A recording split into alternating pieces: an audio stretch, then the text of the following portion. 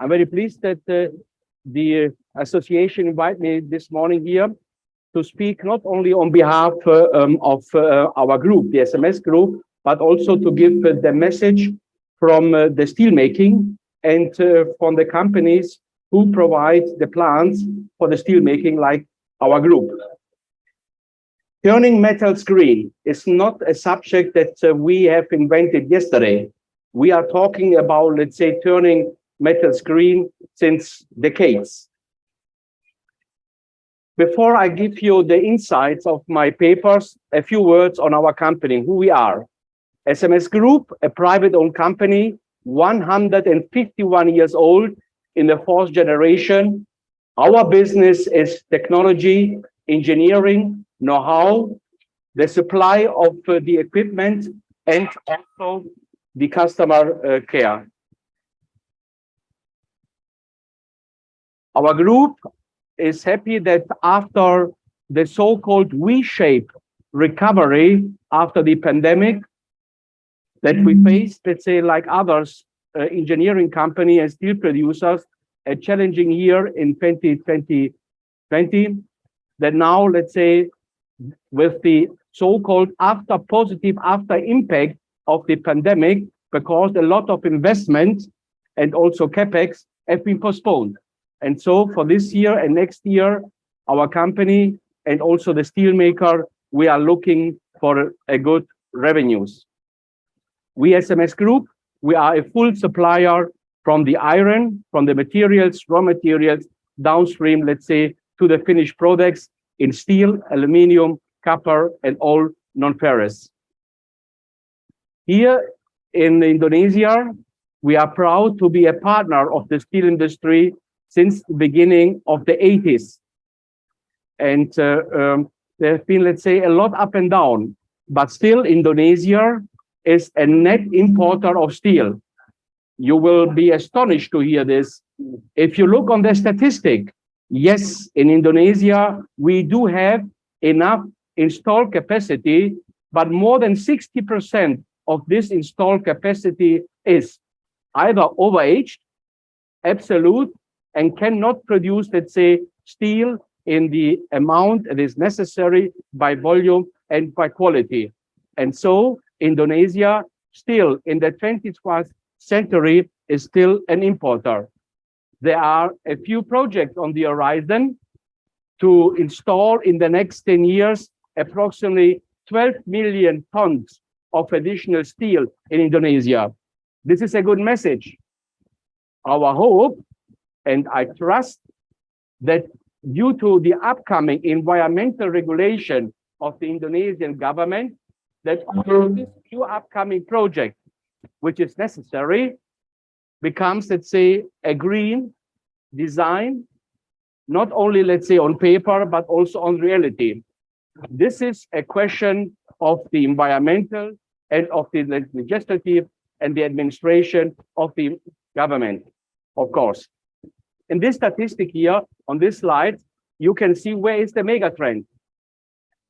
Today, approximately 1.4 billion tons of crude steel are produced via the traditional way, producing a lot of CO2. But the trend is clear. You can see, let's say, our forecast for 2050 to reach a level of 2.8 billion tons of crude steel per year. And this additional steel capacity is clear from this statistic will be built by electric arc furnaces, by green technology, fed by renewable energy. Here, just an overview. I know that it's the next, please. Next. Thank you. On this slide, just let's say, it's good to look back where we are coming from. And you can see, let's say, in the bottom line that in the year 1796, the first blast furnace in UK went in operation. Since there, a lot of, let's say, new technology have been developed. And today, the most efficient and the most green one is, let's say, the route in the middle of these slides, where we convert the raw material via a direct induction furnaces, a shaft furnaces, the iron ore and feed it, let's say, into an green electric arc furnace to produce green steel and to cast this steel in casting machine and to proceed it further. The mega trends to reduce the CO2 in the steel industry is very clear. You can see, let's say, from the next chart. Yeah. Sorry that it is a little bit far away from you, but there are, let's say, 4 topics that have to be mentioned here. Number 1 is the energy saving and the recovery. Number 2, the fuel substitution, which is primarily, let's say, the injection of hydrogen. And of course, as Dr. Pino mentioned, let's say, producing hydrogen, not, let's say, on a gray way, not on a blue way, on a green way, via renewable energy. And this means or via wind, via solar, or via, let's say, hydro plant. I guess that nuclear in Asia Pacific is not likely to be built in the next century. Recycling is an issue, and there I think there is also an obligation, not only say from the public, from the administration, it is a singular individual obligation not to throw batteries just on the neighbor's garden or in the next river or let's say in the next wood. To recycle battery is a duty of everyone. There will be an upcoming, let's say, recycling industry also here in Asia Pacific, and there are, let's say, enough technical solution how to recover and to recycle battery today. It is just a question of mentality, of good spirit, and let's do it. I guess that you saw this picture in the past, where it gives, let's say, the average increase of the temperature here in Indonesia. These are poor facts, statistics with scientific background.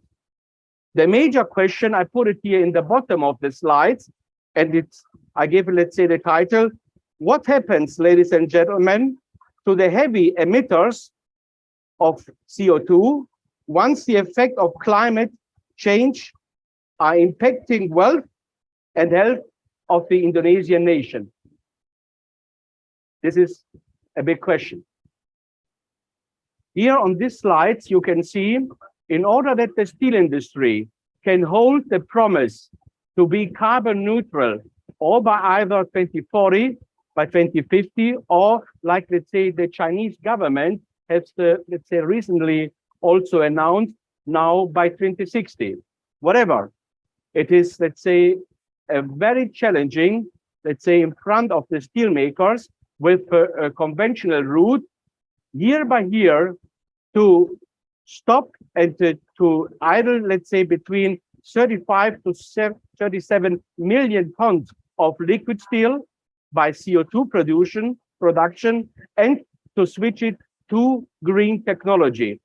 35 to 37 million tons per year is a lot, but also this means it's a lot of necessary investment. This investment will not come by itself. There must be, let's say, someone who gives, let's say, the rules and recognize the necessity to do this. Here in this slide, you can, we have to go back this one slide. In this slide now, against the summary, where, let's say, the blue line, it shows, let's say, the pessimistic growth of steel industry. The top line with 2.5 billion is, let's say, the more likely. And then in the middle is, let's say, the homework, how to reduce the CO2 for the steel industry. And you see that, let's say, today coming from 2.6, let's say, billion tons, we are talking about billions tons of CO2 produced in the steel industry to a level of less than 0.5 billion tons per year by 2060. The next slide. Now, how to get there? And there, let's say, I prepared for you here 3 scenarios. Please, the next click. It is unlikely from experience that such a challenge of investment to go from CO2 producing to CO2 neutral or full green will happen at the last moment between the year 2050 and 2060. The next click. It is also unlikely that this will happen tomorrow. This is for sure. And so what is, let's say, the most likely, let's say, scenario? It is, let's say, in the middle by cascade. Please, the next, yeah. This is a scenario where we forecast that step by step, where the readiness of the investor in the steel industry, new investor, but also existing steel producer, with the support of the government, and this is, let's say, something mandatory, step by step, doing investment and to go from CO2 producing to not CO2 producing technology, we can achieve the target by 2050 or 2060. The next slides. I'm pretty sure that you saw these slides before, but I think it's good to see on the whole picture what we are talking for the total CO2 emissions in the world.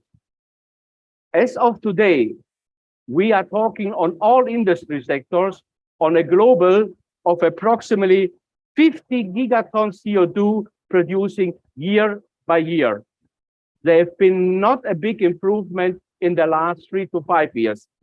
If you look just, let's say, on the CO2 contribution for the steel industry, this is, let's say, shown on the right side from your view. Let's say the steel industry is participation in the CO2 as of today still with 4.2 gigatons of CO2 year by year. And this is, let's say, gives the completely picture for the direct emissions, but also for the indirect, let's say, CO2 producer, like, let's say, the materials, the mining, and also the power, because today we do, as you learned before, not enough green power. And so in total, still 4.2 gigatons, which represents approximately around 8.5%. Only you can say now, yeah, what is 8.5% of the total global CO2 emission? We think that it is still significant, and it is worth that the steel industry have to do their homework and, let's say, promise contribution. Here, just for you, an illustration, what does it mean to change from the old way of steel producing to the new green way? In principle, today we have this technology to install electric arc furnace technology to produce steel. And just, let's say, by doing this switch, it will be a reduction of approximately 50%. Today, the leading nation who produce steel, not the conventional way, but via electrical power, is United States of America. More than 75% of the steel produced in the United States is produced via electric arc furnace.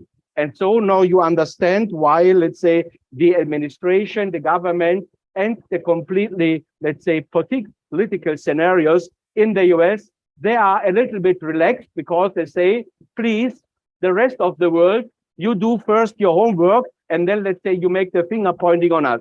Nevertheless, the Biden administration made it very clear 2 years ago that even, let's say, on this lower level, they are aiming also the net zero climate from the steel industry by the year 2050. The picture is clear.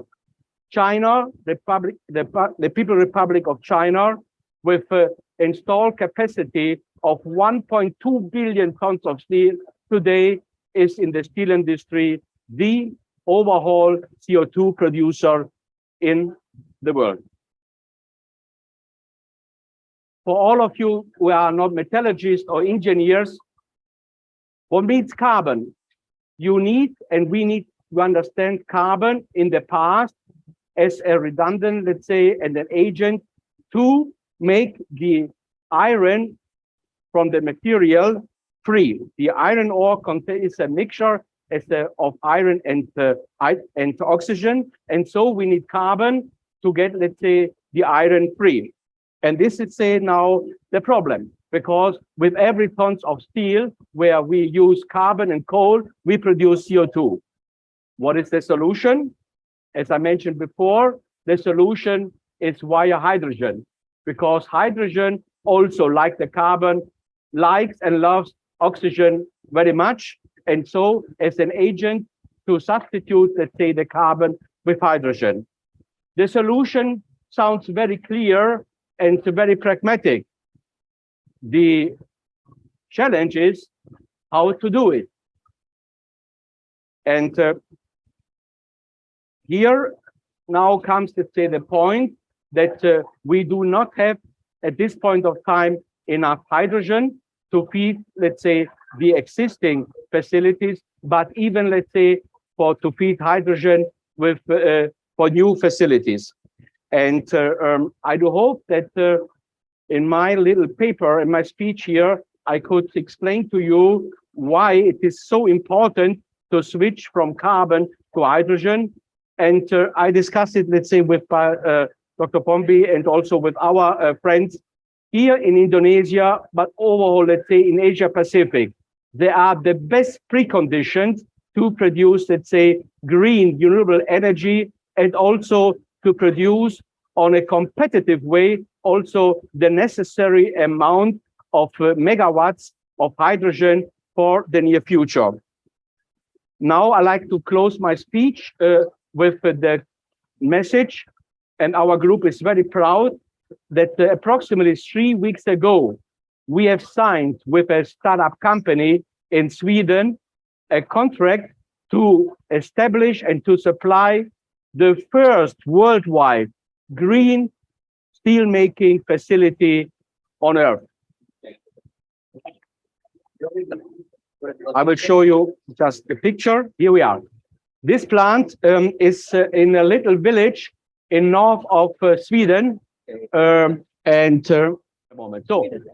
is in North Sweden, and in this area, it's not only famous because it is, let's say, so friendly and so silent, but also because there is a lot of, let's say, enough renewable energy. What is it? It is hydropower.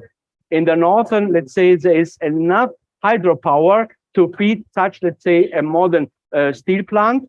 And the challenge on this area is 5 months are white. What means white? Snow at -10 down to -20 degrees.